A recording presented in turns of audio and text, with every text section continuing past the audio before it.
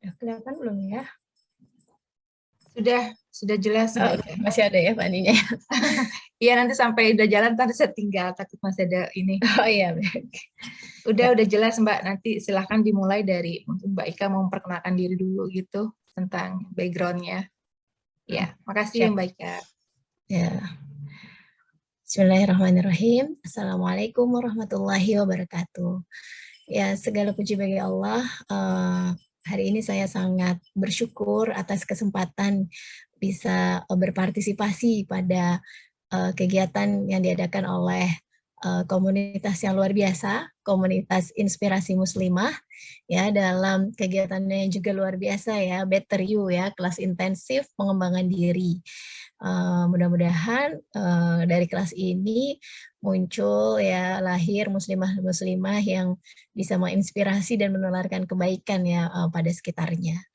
Pada hari ini saya mendapatkan amanah untuk sharing ya tentang manajemen konflik.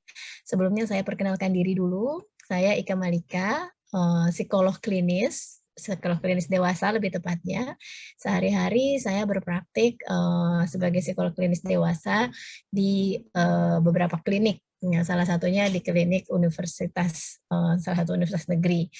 Ya, sehingga sehari-hari saya lebih banyak berinteraksi dengan para pemuda-pemudi ya, diantaranya juga muslimah.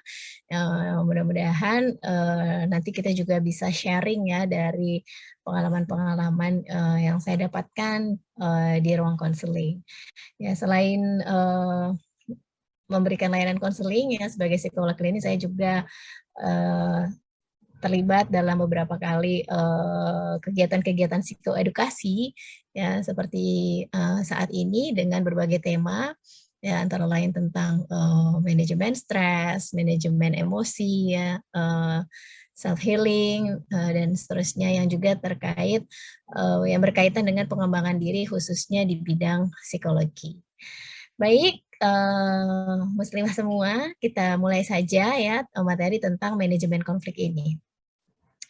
Sekarang kita bahas dulu ya, apa sih sebenarnya konflik itu, gitu ya.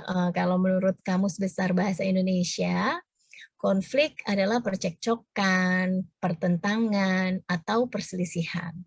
Ya, selain itu, konflik juga berarti adanya oposisi atau pertentangan pendapat antara orang-orang atau kelompok-kelompok.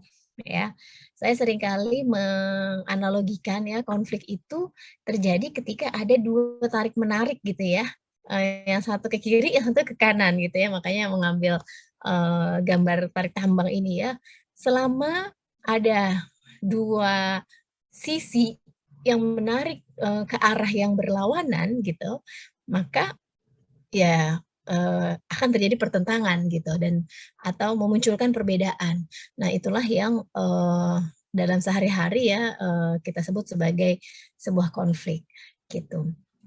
Nah, nanti kita sharing lagi apa aja sih jenis-jenis konflik ya. Tapi sejatinya konflik itu terjadi karena ada dua kutub yang saling berlawanan arah gitulah kira-kira ya. Dan kenapa terjadi konflik ya, itu juga banyak faktor gitu yang mempengaruhi ya. Yang jelas pastinya karena ada perbedaan gitu ya, karena ada perbedaan itulah terjadi konflik.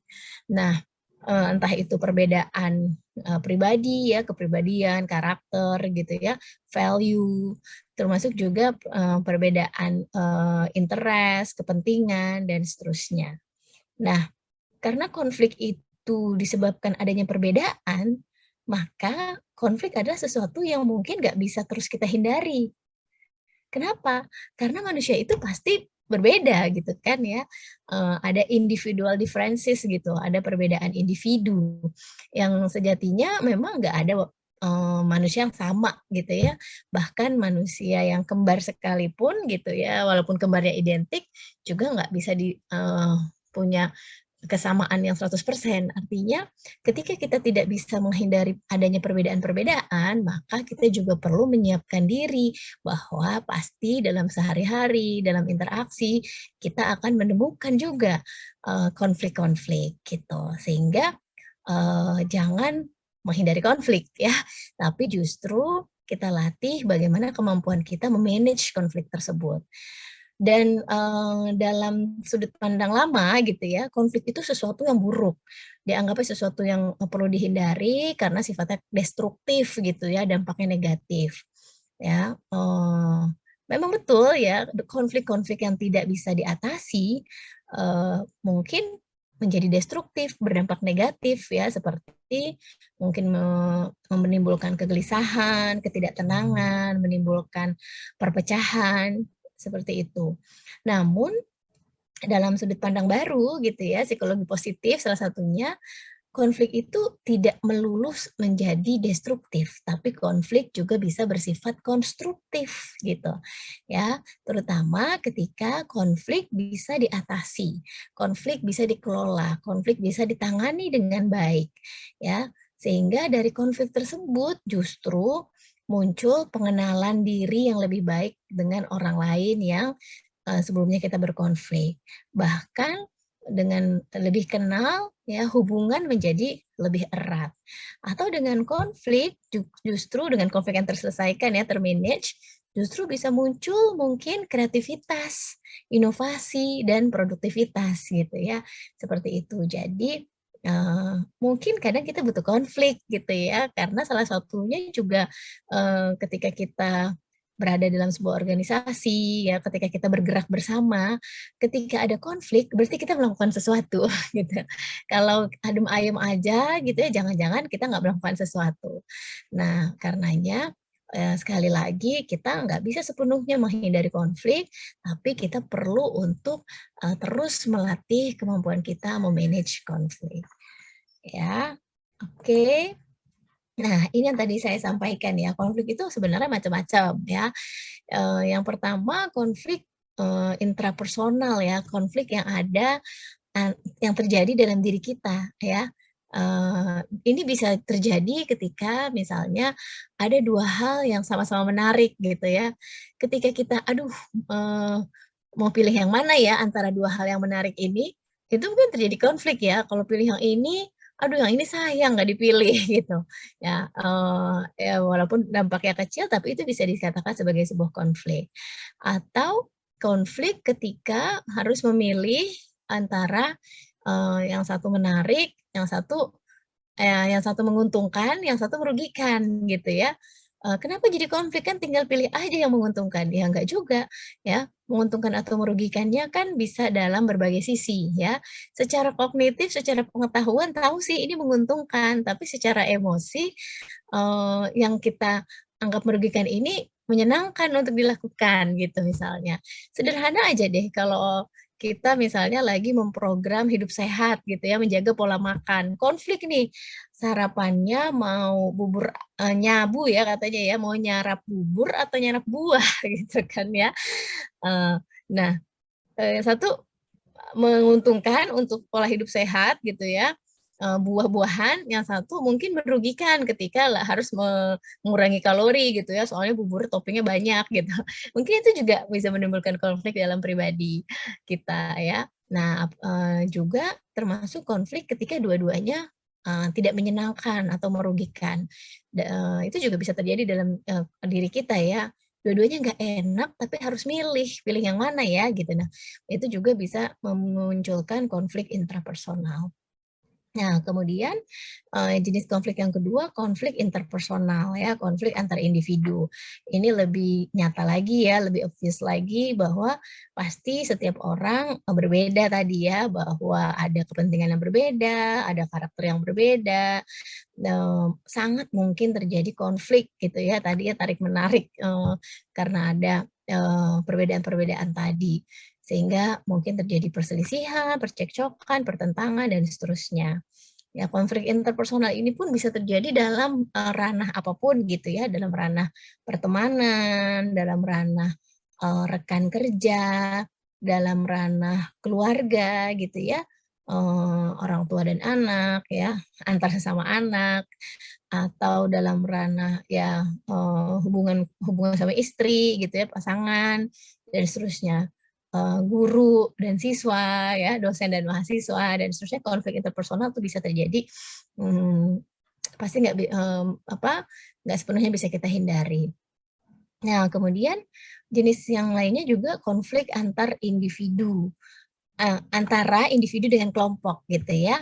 Ketika seseorang berkonflik dengan sekelompok ya, kayak misalnya kalau di pekerjaan gitu ya, kita mungkin ada konflik dengan peer group yang lain gitu ya, mungkin di kerjaan atau di perkuliahan atau di pertemanan ada geng-geng gitu ya. Nah, ini ada seseorang berkonflik dengan kita punya peer group gitu maksudnya. Nah, kita berkonflik dengan teman-teman dalam satu kelompok kita ya, karena misalnya kita punya keinginan yang berbeda ya, kita punya rencana yang berbeda dari rencana orang satu kelompok kayak gitu. Nah, itu juga bukan hal yang mudah gitu ya, karena biasanya kalau dalam satu kelompok kan kohesif gitu ya, solid. Nah, ketika kita berbeda sedikit gitu ya, mungkin muncul konflik. Ya, kalau di psikologi ada istilah konformitas ya, biasanya kalau dalam satu kelompok itu yang terjadi justru semuanya mengambil kesamaan gitu. Kayak misalnya kalau kita lagi jalan sama teman satu peer group kita ya, mau makan, "Oh, makan apa nih?" Gitu. "Nasi goreng." "Ya udah deh, aku juga nasi goreng deh." Ya udah semuanya gitu ya, konformitas, ngikut gitu. Nah, jadi sehingga ketika ada yang berbeda, mungkin akan terjadi konflik antara individu tersebut dengan kelompoknya. Nah, kemudian juga bisa terjadi konflik antar kelompok dengan organisasi ya, seperti misalnya ya sama ya, kalau misalnya dalam perusahaan gitu ya, antara kelompok, kelompoknya itu misalnya kumpulan staf-staf dengan perusahaan, kebijakan perusahaan, kayak gitu. Ya, serikat pekerja dengan perusahaannya dan seterusnya. Nah, itu juga bisa memunculkan konflik.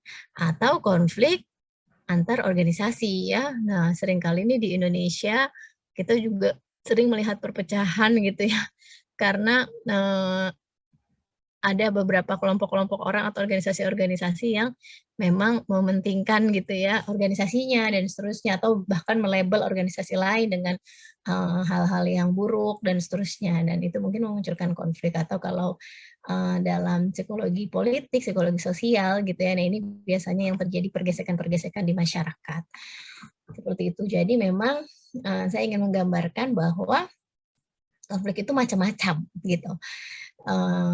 Saking beragamnya ya maka kita akan capek kalau kita takut gitu, takut berkonflik ya. Justru kita perlu menyadari bahwa konflik itu perlu, normalisasi ya, perlu kita terima dan kemudian kita berfokus pada bagaimana mengelolanya, bagaimana mengatasinya, seperti itu. Nah, tentu saja untuk melakukan itu, kita perlu melatih kemampuan dalam me-manage konflik ya. Manajemen konflik itu sendiri banyak ya definisinya, salah satunya adalah proses untuk menyusun strategi yang dilakukan oleh pihak-pihak yang memiliki konflik, sehingga mendapatkan resolusi yang diinginkan. Jadi fokusnya adalah strategi ya, ini saya ambil gambar yang menurut saya cocok, itu kayak kita main puzzle gitu ya, sampai dapat gitu pasangannya, sampai pas ya. Nah, ketika pas itulah dianggap dapat resolusi yang diinginkan. Termasuk ketika konfliknya intrapersonal ya, pihak-pihak yang memiliki konflik itu diri kita sendiri, tapi sampai kita mendapatkan resolusi yang memang kita anggap terbaik ya, resolusi yang memang kita inginkan. Kita inginkan tuh artinya juga resolusi yang mampu kita lakukan gitu ya, yang mampu kita jalankan. Nah, sekarang kita masuk nih, ternyata dalam me-manage konflik ini banyak tipe ya, banyak tipe dalam mengelola atau menyelesaikan konflik yang ada. Sebenarnya ini bukan masalah mana sih tipe yang benar, mana tipe yang salah gitu ya. Mungkin memang ada tipe yang terbaik, tapi semua tipe rasanya perlu kita pahami ya, perlu kita perlu kita pelajari juga, karena mungkin ada hal-hal yang kondisi-kondisi yang memerlukan kita melakukan tipe-tipe tertentu gitu, yang lebih efektif untuk melakukan diatasi dengan tipe-tipe tertentu. Nah, tipe manajemen konflik ini bisa kita lihat dalam 2 aspek besar ya.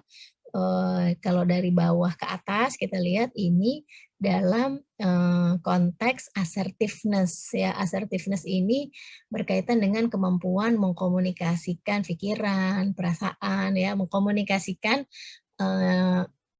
keinginan diri kita, isi pikiran kita gitu ya.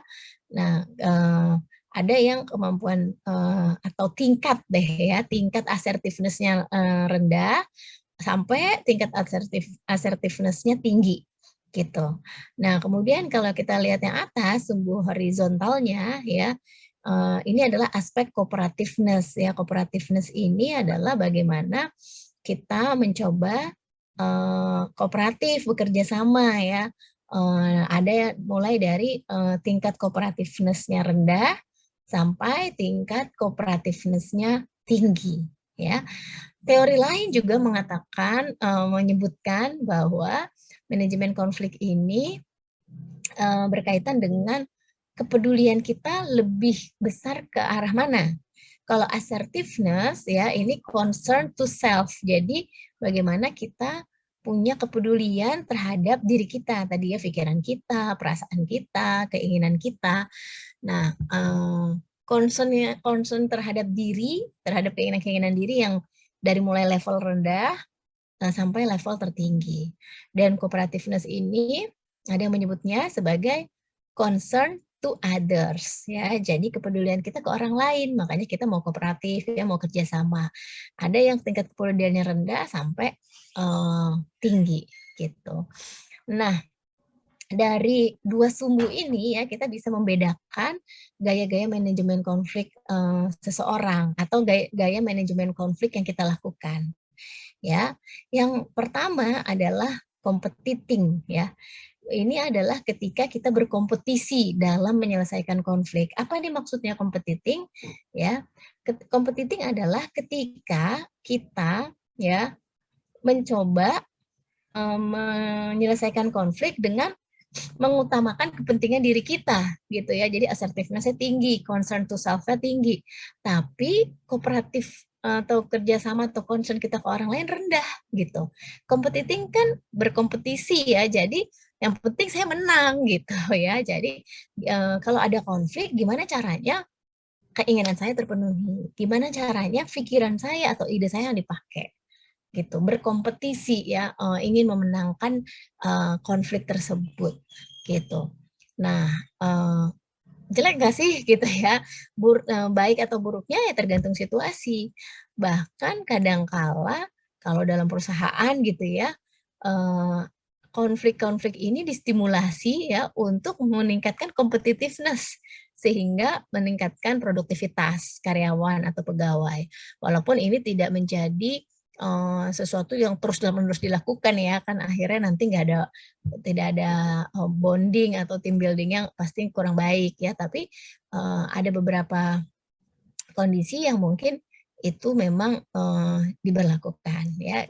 Kalau di perusahaan mungkin ada reward, insentif gitu ya kan, jadi berkompetisi dan mungkin kadang perlu berkompetisi dalam kompetisi ini terjadi konflik dan kemudian ada kondisi-kondisi di mana ya bagaimana memenangkannya gitu ya, karena memang cuma 1, 2.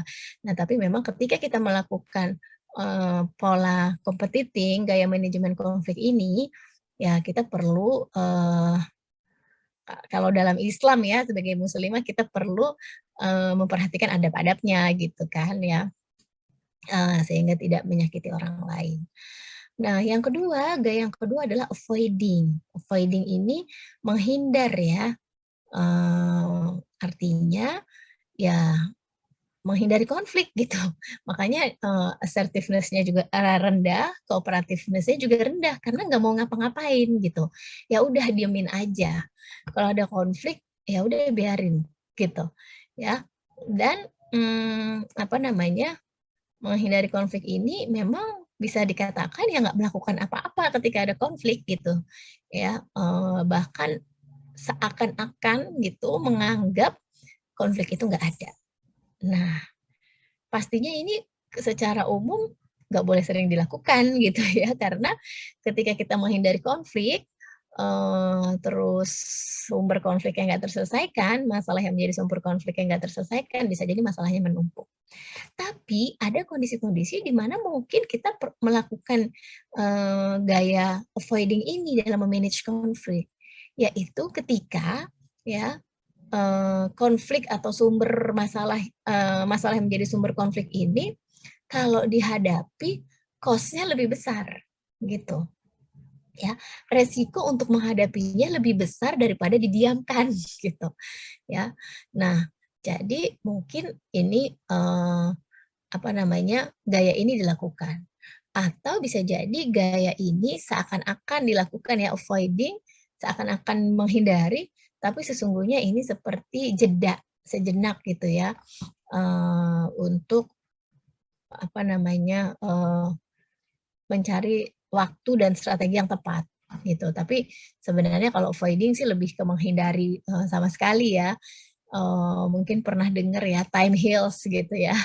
Jadi ya waktu yang akan menyelesaikan. Nah, cuma kita harus pilih-pilih gitu ya, sumber konflik seperti apa yang kita perlu lakukan seperti ini, dengan gaya ini, dengan gaya menghindari. Yang jelas pastinya ini dosisnya harus sangat rendah ya, nggak boleh sering-sering kita lakukan. Karena ya itu tadi, kita bisa jadi menyimpan ya, menumpuk masalah sehingga suatu saat akan meledak gitu. Nah, yang ketiga adalah collaborating. Collaborating ini concern to self atau assertiveness-nya itu tinggi. Jadi kita peduli gitu untuk menyampaikan apa yang kita inginkan, apa yang kita rasakan. Kita asertif gitu ya, mengutarakan pendapat kita. Dan cooperativeness-nya juga tinggi. Jadi keinginan atau kepedulian untuk bekerja sama, menyatukan semua pendapat orang lain ya, memperhatikan pikiran dan perasaan orang lain juga tinggi. Nah, dari situ gaya manajemen konflik yang dilakukan adalah collaborating. Jadi berkolaborasi. Ya, mengintegrasikan gitu semua pendapat, semua ide gitu. Dan seakan-akan ini yang terbaik gitu ya. Memang, tapi ini juga belum tentu selalu bisa dilakukan. Kenapa? Karena biasanya untuk berkolaborasi dalam menyelesaikan konflik ya, itu butuh waktu, ya kan? Kita butuh waktu untuk menyampaikan apa yang kita utarakan, yang kita inginkan, yang kita pikirkan, dan kita juga butuh waktu untuk mendengarkan, gitu ya. Apa yang orang lain pikirkan, apa yang orang lain rasakan, dan kemudian butuh waktu untuk mengkolaborasikan itu.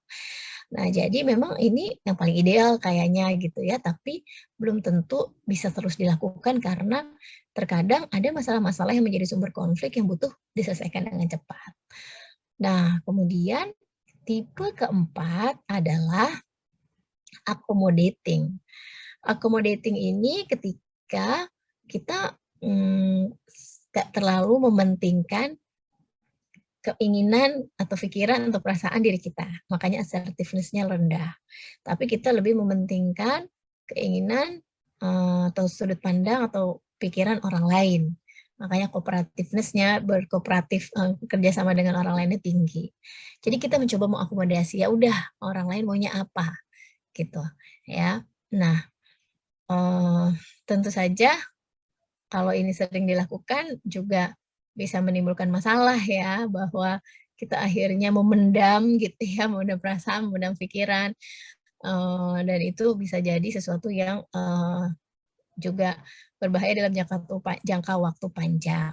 Namun ya seperti tadi, kadangkala ada keadaan-keadaan di mana kita perlu melakukan gaya manajemen konflik ini gitu. Ketika memang misalnya biasanya accommodating ini terjadi ketika konflik terjadi antara dua pihak yang nggak setara gitu ya. Kayak misalnya dosen dan mahasiswa gitu ya. Bimbingan nih gitu, beberapa dalam sesi konseling gitu misalnya bimbingan skripsi gitu. Wah, dosennya kok ngasih masukannya berbeda ya dengan yang bimbingan terakhir gitu, padahal saya udah ngikutin dan seterusnya. Nah, ya mungkin kita jadi konflik sendiri nih, gimana sih kemarin mintanya ini tapi sekarang mintanya apa. Nah cuma mungkin karena nggak setara itu dan kita membangun persepsi yang lebih memberdayakan ya bahwa oke, mungkin kemarin dosennya skip bagian ini, ya udahlah kita accommodating, kita ikutin ininya dan seterusnya. Karena ya namanya juga pembimbing kan, jadi ya itu yang membimbing kita gitu. Nah, jadi contohnya seperti itu, ketika nggak setara biasanya yang dilakukan adalah accommodating. Ya, walaupun kenapa saya bilang nggak bisa terus-menerus, ya kita tetap harus berusaha ya, level assertiveness-nya dinaikin gitu. Kita tetap berusaha menyampaikan sudut pandang kita, pikiran kita, tapi biasanya levelnya nggak bisa langsung tinggi. Gitu. Nah, yang ada di pertengahan, moderate gitu ya, adalah gaya compromising. Jadi kita berkompromi ya. Nah, berkompromi ini biasanya dua-dua belah pihak ini sama-sama nurunin standarnya. Ya kalau tadi narik apa? Tarik tambang tadi ya, dua-duanya mengendurkan tarikannya sehingga akan ketemu titik temu. Nah, ini biasanya yang sering dilakukan gitu ya. Win-win solution lah gitu. Walaupun nggak sepenuhnya mengakomodir keinginan kita atau mengakomodir keinginan pihak lain. Jadi kompromi adalah mencari titik temu, memperkecil perbedaan, memperbesar persamaan sehingga ketemu titik temunya. Gitu. Oke, ya jadi inilah 5 gaya dalam mengelola konflik yang tentu saja kita perlu pilih ya strategi gaya mana yang paling efektif untuk kita lakukan, dan tentu saja tetap kita perlu melakukan itu secara sadar ya, kayak avoiding. Avoiding ini kita lakukan secara sadar, oke saat ini aku diam dulu deh gitu ya, bukan melakukan itu karena tertekan gitu ya, karena takut gitu, tapi ini bagian dari strategi, maka itu masih jadi sesuatu yang baik-baik aja gitu, dampaknya bisa tetap konstruktif seperti itu. Oke, nah selanjutnya adalah bagaimana nih langkah dalam memanage konflik ya. Nah ketika ada sebuah konflik, baik itu tadi intrapersonal maupun interpersonal ya, dan konflik lain, hal yang paling penting yang perlu kita lakukan adalah kelola dulu respon emosi kita ya. Ini kalau di gambarnya nih segitiganya paling besar nih, karena biasanya konflik itu jadi makin gede karena respon emosi yang tidak terkendali gitu. Ya coba aja kita bisa nih marahan sama teman kita ya, misalnya ngeblok, wah semuanya di nonaktifkan dan seterusnya karena marah gitu ya. Padahal misalnya masalahnya sepele gitu. Nah, jadi kita terhadap konflik yang sedang terjadi. Kalau saya lihat di kurikulumnya Better You ini ya, ada manajemen emosi. Nah, ini bagian ya bagaimana kita perlu mengelola emosi kita ya. Sederhananya adalah kita kenali dulu saya itu kenapa emosi ini muncul, karena saya mikir apa sih terhadap konflik ini gitu. Sehingga kita punya kesadaran terhadap emosi yang kita tampilkan. Gitu. Emosi yang kita tampilkan namanya ekspresi emosi ya. Jadi kalau kita misalnya punya pendapat yang berbeda, terus pendapat kita tidak dipakai, emosi kita kecewa, mungkin itu wajar. Tapi bagaimana ekspresi atau respon emosi dari kecewa ini? Ekspresi dari kecewa ini. Apakah kita marah-marah? Apakah kita gitu dan seterusnya. Jadi kelola dulu respon emosi kita ya dengan menggunakan teknik manajemen emosi ya, nanti dilihat lagi. Sehingga kalau emosi itu dikelola sama sistem limbik ya di otak bagian tengah dalam, ya kalau kita lagi emosi nih itu katanya limbiknya panas ya. Kalau limbiknya bagian tengah otak tengah dalamnya ini lagi panas, otak yang lain mungkin nggak bisa bekerja optimal. Padahal ketika kita berpikir strategi, berpikir penyelesaian masalah, lihat kata yang digunakan aja berpikir ya. Berpikir itu dilakukan di depan ya, di bagian korteks. Sehingga kalau yang masih nyala adalah di bagian tengah, yang bagian depan nggak bisa nyala nih. Maka kita harus keluar respon emosi kita, sehingga adem gitu ya, cooling down makanya dibilangnya, dan kita bisa berpikir dengan lebih jernih. Nah, setelah itu baru kita identifikasi masalah yang ada. Ya, sebenarnya apa sih yang jadi sumber dari konflik ini gitu misalnya. Kita berbeda pendapat dalam satu hal sama teman kita gitu ya. Sebenarnya apa sih yang menjadi masalah dalam perbedaan pendapat ini gitu? Apakah pendapat dia merugikan saya? Ataukah saya sebenarnya marah karena semata-mata merasa nggak didengar aja gitu tentang pendapat saya. Walaupun secara ini tahu bahwa dua-dua pendapat itu bisa benar. Jadi identifikasi masalah yang sebenarnya apa. Apakah masalah yang sebenarnya kita tahu pendapat teman kita itu kurang tepat, tapi kita nggak bisa meyakinkan bahwa ada pendapat lain yang lebih tepat misalnya. Jadi identifikasi.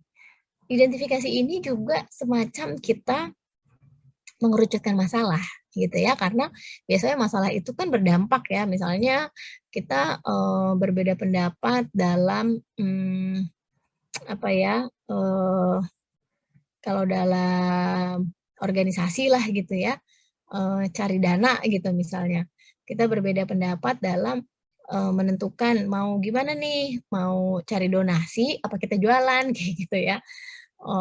Wah yang satu kalau kalau jualan lama lah, udah cari donatur gitu, bikin cari donasi aja. Tapi yang lain, wah kalau cari donasi nggak enak lah, kita kayak minta-minta, ya udah jualan aja, lebih lebih apa, menjaga harga diri misalnya gitu ya. Nah kita tapi dua-duanya kekeh gitu, nggak ada titik tengah. Nah kita identifikasi sebenarnya mau kita tujuannya apa, masalahnya apa, yang mau kita capai apa, gitu kan ya. Apakah semua donasi itu akan menurunkan harga diri, cari donasi gitu ya, ataukah semua jualan itu nggak menguntungkan gitu kan ya. Jadi kita identifikasi masalahnya. Dan biasanya dengan dalam mengidentifikasi masalah juga kita bisa mengedepankan hal yang mendekatkan pada tujuan gitu. Kan jadi biasanya konflik itu terjadi karena perbedaan-perbedaan yang sifatnya cara gitu ya. Nah, kemudian dari situ kita coba kerucutkan, sehingga dalam mengerucutkan itu biasanya yang kita gunakan adalah tujuan gitu. Gimana caranya supaya kita bisa nyampe pada tujuan. Nah, itu masuk ke langkah ketiga, menganalisis solusi yang tepat. Tepat di sini adalah yang paling mendekatkan pada tujuan gitu ya. Kalau konfliknya intrapersonal ya pastinya tujuan yang menjadi value, nilai yang prioritas buat diri kita, atau tujuan yang paling prioritas buat diri kita. Kalau konfliknya dengan orang lain atau antar kelompok dan seterusnya, ya kita perlu menganalisis solusi yang tepat, yang yaitu yang paling mendekatkan pada tujuan bersama gitu. Nah, dalam menganalisis solusi biasanya kita memikirkan dulu nih berbagai alternatif solusi gitu. Jadi kayak brainstorming gitu ya. Apa yang bisa dilakukan ya, A, B, C, D, gimana kalau ini, gimana kalau itu gitu ya. Baik itu kita pikirkan sendiri untuk kita ajukan, maupun kita mendiskusikan atau memusyawarahkan dengan pihak-pihak yang berkonflik. Nah, kemudian dari berbagai alternatif solusi yang sudah kita brainstorming, ya kita kemudian pilih mana yang paling tepat ya. Yang paling tepat itu yang paling mendekatkan pada tujuan dan paling mudah untuk dilakukan saat itu. Itu namanya analisis solusi ya.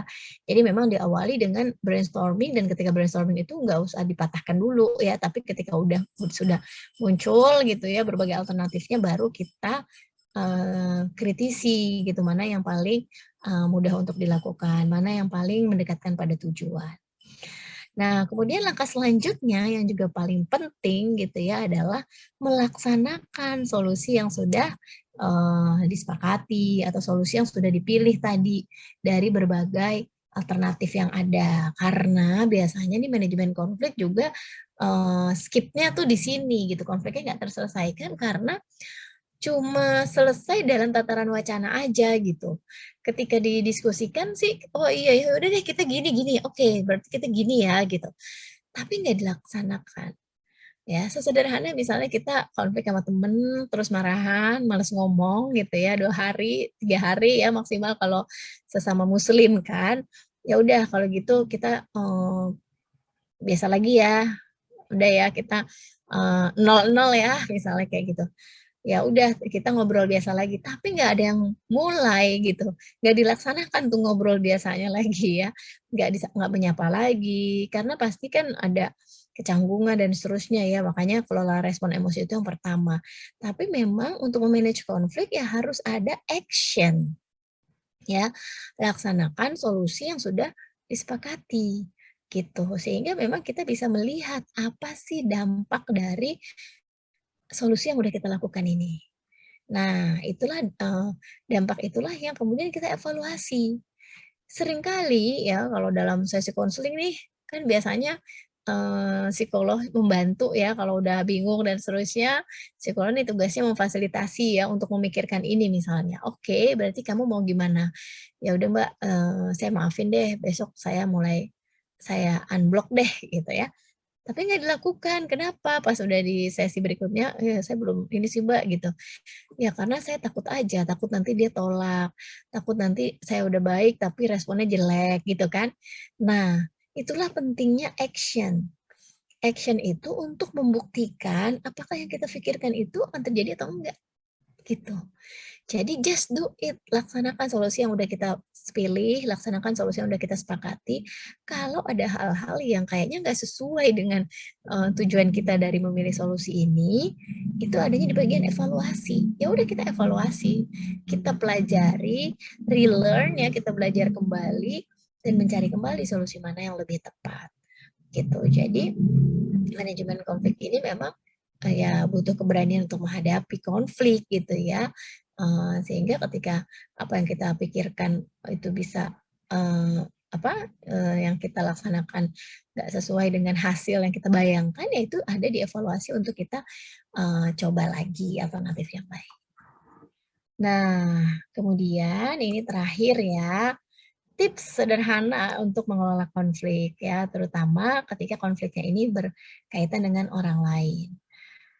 Perlu banget kita mengawali dengan niat baik ya, bahwa apapun gaya konflik, manajemen konflik yang kita pilih, kita niatkan itu untuk kebaikan, gitu. Tidak ada niat untuk menjatuhkan, tidak ada niat untuk, membuat kerugian, ya merugikan orang lain gitu ya. Tapi niat kita niat baik, ya niat untuk mendapatkan kebaikan, menghasilkan kebaikan, ya terutama juga mendapatkan keridhaan Allah gitu ya, kebaikan yang paling tinggi. Itu yang penting karena segala sesuatu diawali dengan niat kan ya, eee, dicatat aja sesuai dengan niat, kemudian pikiran kita juga, akan bekerja sesuai dengan niat yang kita, canangkan di awal gitu. Ya kalau yang kita pikirin, kejelekan pasti tuh, yang muncul di yang diniatkan di awal adalah sesuatu yang buruk, yang muncul di pikiran adalah alternatif-alternatif cara untuk mencapai keburukan. Tapi kalau yang diniatkan di awal adalah untuk mendapatkan hasil yang baik, maka akan muncul di pikiran alternatif cara untuk mendapatkan, kebaikan-kebaikan tersebut. Jadi perbaiki niat ya, perbaiki niat ini saya tuliskan sebagai tips pertama karena biasanya niat ini jadi kabur kalau emosi kita sedang dalam poros negatif gitu ya, intens dan dominan dalam emosi-emosi negatif gitu ya. Nah, jadi kita perbaiki niat dulu. Yang kedua adalah komunikasikan masalah saat ini. Jadi ketika kita menghadapi konflik ya, kita ketika menghadapi konflik, dengan orang lain atau dengan, kelompok ya, kita fokus sama masalah yang terjadi saat ini aja. Nggak perlu dikait-kaitkan, diungkit-ungkit yang terjadi sama masa lalu, gitu, ya. "Wah, dia udah bohongin saya." Ya memang dia selalu begitu kan ya. Nah, jadi kita fokus pada dia membohongi dalam hal apa, dia membohonginya kapan, untuk hal apa. Ya yang kita komunikasikan, yang komunikasikan nih maksudnya kita berkomunikasi untuk menyelesaikan masalah ya. Nah, ini adalah masalah itu aja. Nggak usah diungkit-ungkit masalah-masalah yang sebelumnya, apalagi kalau masalah itu sebenarnya udah diselesaikan, gitu. Karena itu bisa membuat orang lain berpikir, "Oh, ternyata yang kemarin itu belum dimaafkan ya, belum selesai ya," dan seterusnya. Itu malah membuat konfliknya jadi semakin tajam, gitu. Nah, kemudian yang ketiga, tips yang perlu diperhatikan juga, fokuslah pada solusi, bagaimana mengatasi masalah, bukan pada sosok pelakunya, gitu ya, pada sosok orang lain yang me berkonflik sama kita. Kenapa seperti itu? Karena ya tadi, seringkali ketika kita berkonflik, emosi kita jadi tidak stabil ya, emosi kita menjadi negatif, kita menggeneralisir ya, sosok yang menjadi pelaku dari penyebab konflik tadi. Ya, misalnya teman kita, berbohong misalnya nggak mengembalikan atau nggak melaksanakan janjinya ya, gitu. Nah, kemudian ya yang perlu kita fokuskan adalah, oke, kita, tabayun nih, kita mengkonfirmasi masalah janji ini, janji yang saat ini aja. Kita nggak berpikir bahwa, wah dia memang orangnya nggak bertanggung jawab, wah dia memang orangnya tidak bisa diandalkan, gitu. Karena bisa jadi di kesempatan-kesempatan lain ya dia melaksanakan janjinya, gitu, ya. Jadi berusahalah untuk fokus pada mengatasi masalah atau pada solusi, bukan pada kesalahan sosoknya. Nah, yang selanjutnya ini juga tips yang penting banget ya, dengarkan sudut pandang orang lain dan pahami perasaannya. Kenapa ini penting? Karena tadi, konflik itu terjadi karena ada perbedaan. Kalau kita stuck dengan sudut pandang kita, ya, maka nggak akan ketemu gitu. Maka kita perlu membuka diri, open mind untuk mendengarkan sudut pandang orang lain. Termasuk ketika mendengarkan sudut pandang orang lain, kita pun berusaha berempati dengan apa yang dia rasakan, makanya memahami perasaannya. Ya, sehingga kita mungkin bisa melihat dari sudut pandang orang tersebut gitu. Ya, mungkin nanti akan bisa dapat titik kompromi. Ya, apa namanya, mencoba melihat dari sudut pandang orang lain membuat kita mungkin bisa lebih memahami perbedaan yang terjadi. Nah, namun kemudian tingkat assertiveness kita juga harus ditingkatkan. Kita juga perlu mengutarakan pikiran, typo sedikit ya, mengutarakan pikiran dan perasaan yang kita miliki. Ya, jangan sampai kita mau dengerin tapi pas ditanya, "Terus kamu gimana?" "Ya udah nggak apa-apa saya ikut aja," gitu ya. Nggak semua orang seneng loh seperti itu ya, karena bisa jadi juga jadi bingung gitu kan. Sebenarnya ini beneran sudah selesai apa terpaksa ya gitu kan. Ya, nah tapi mengutarakan pikiran dan perasaan ini harus secara asertif ya. Mungkin juga di level 1 ya kalau saya nggak salah ya, ada materi tentang komunikasi ya. Seperti itu. Nah, saya mengulas aja sedikit tentang assertiveness ini ya, mengutarakan pikiran dan perasaan secara asertif ya. Salah satu tekniknya nih sebutnya adalah teknik I say ya atau I say message ya. Jadi kita menyampaikan pesan ya dari sudut pandang saya, pesan saya ya. Nah, rumusnya adalah FBI. Apa yang kita sampaikan itu mengandung 3 hal ini ya, feeling, behavior, impact. Ya. Jadi ketika kita asertif ya, kita bukan you say, kita bukan menjudge orang lain gitu ya. Kamu mengecewakan, kamu membuat saya marah, nggak gitu. Tapi kita itu akan membuat seseorang menjadi defensif kan kalau kamu tuh kayak diserang ya, orang yang diserang pasti dia akan mempertahankan diri kan, defense gitu. Nah, tapi ketika kita melakukan teknik I say atau I say message ya, kita menyampaikan apa yang dari sudut pandang kita kan, itu membuat orang tidak merasa diserang dan mungkin jadi merasa lebih terbuka gitu untuk mendengarkan kita. Caranya gimana? Teknik EC ini awali dengan kata saya. Ketika kita mau mengungkapkan pikiran dan perasaan kita, awali dengan mengatakan saya, gitu ya. Baru kemudian ungkapkan apa yang kita rasakan, ya. Saya ngerasa gitu. Dan kemudian katakan dengan jelas perilakunya, behavior-nya, bukan tadi yang ngejudge orangnya, tapi perilaku apa nih yang mau kita atau masalah apa nih yang mau kita komunikasikan atau selesaikan. Dan kemudian sampaikan impact atau dampak yang kita pikirkan. Ya, dengan demikian seseorang menjadi merasa tidak diserang gitu ya. Seseorang jadi tahu gitu alur berpikir kita, oh bahwa ada sebuah pemikiran ya, sebuah perasaan yang dirasakan dan kemudian itu terjadi karena ada pikiran tentang dampak tertentu dari perilaku yang kita lakukan. Oh, jadi orang lain jadi merasa tahu bahwa perilakunya ini berdampak loh pada orang lain sehingga mungkin dia bisa lebih terbuka untuk memperbaiki atau untuk mendengarkan dan seterusnya. Contohnya ya, kalau marahan kan biasanya apalagi muslimah-muslimah nih biasanya nggak menggeneralisir sih ya, tapi karena perempuan kan otaknya otak detail ya, maka biasanya kalau lagi marah seringkali terpancing untuk memikirkan hal-hal detail yang sesungguhnya di luar dari sumber konfliknya gitu, dari masalah yang menjadi konfliknya. Nah, makanya kita perlu membatasi. Atau kemudian kalau lagi marah karena kita melihatnya secara detail dengan kesalahan-kesalahan yang lain-lain dari orang yang kita sedang berkonflik, akhirnya kita milih diem gitu ya. Nah, biasanya lebih susah memaafkan apa minta maaf ya? Nah, itu beda-beda sih ya. Nah, tapi sebagian kalau lagi konseling gitu ya, sebagian klien yang bercerita, ya mungkin bilang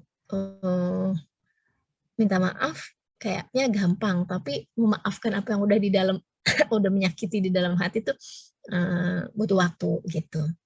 Nah, contoh ini sebenarnya ini ya buat contohnya, eee, kayak tadi misalnya diem-dieman gitu ya dan seterusnya, nah kita perlu asertif gitu. Contohnya adalah, kalimat I say-nya, adalah, "Aku bingung." Bingung itu kan feeling ya atau aku, eee, ya bingung lah ya.